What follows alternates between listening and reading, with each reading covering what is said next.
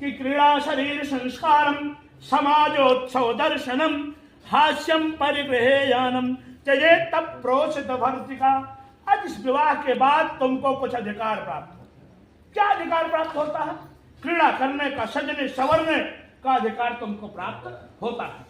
इस रिश्ते के कारण कुछ नए रिश्ते बनते हैं जिसमें हंसी मजाक होता है, हास परिहास करने का भी अधिकार तुमको मिलता है।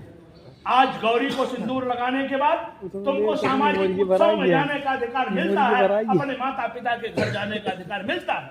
लेकिन आए प्रिय, ये अधिकार तुम्हारे पास हमेशा नहीं है। ये सिर्फ तब तक है जब तक मैं घर पर हूं, क्योंकि किसी भी स्त्री को सज संवर करके सिर्फ 2 पुरुषों के सामने जाने का अधिकार है। किसी भी स्त्री का श्रृंगार सिर्फ 2 पुरुष देख सकते हैं, तीसरा नहीं।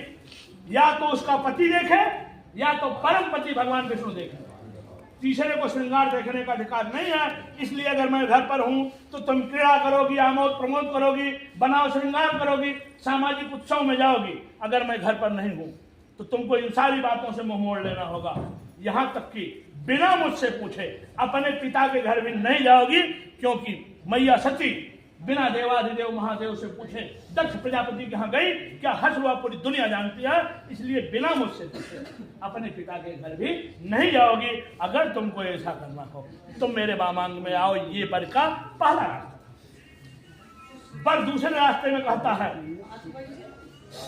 कि विष्णु वैश्वानर साक्षी ब्राह्मण जाति बांधवा पंचमं ध्रुवमालोक्य स साक्षित्वं ममावत। वर कहता है कि हर कर्म के कुछ न कुछ गवाह। यहां भी कुछ गवाह है। गवाह कौन? पहले गवाह भगवान विष्णु। प्रश्न उठता भगवान विष्णु है कहां?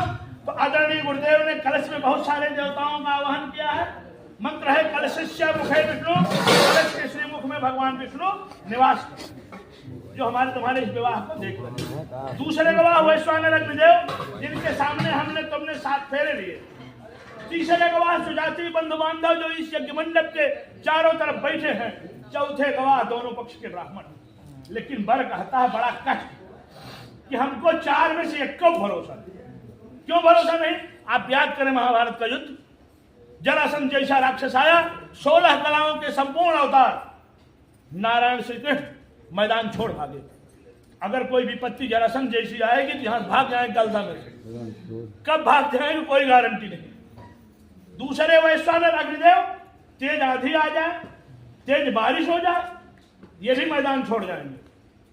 सुजाति बंधु बांधव, एक नया हथियार लोग खोज के चलते हैं, छोटा सा,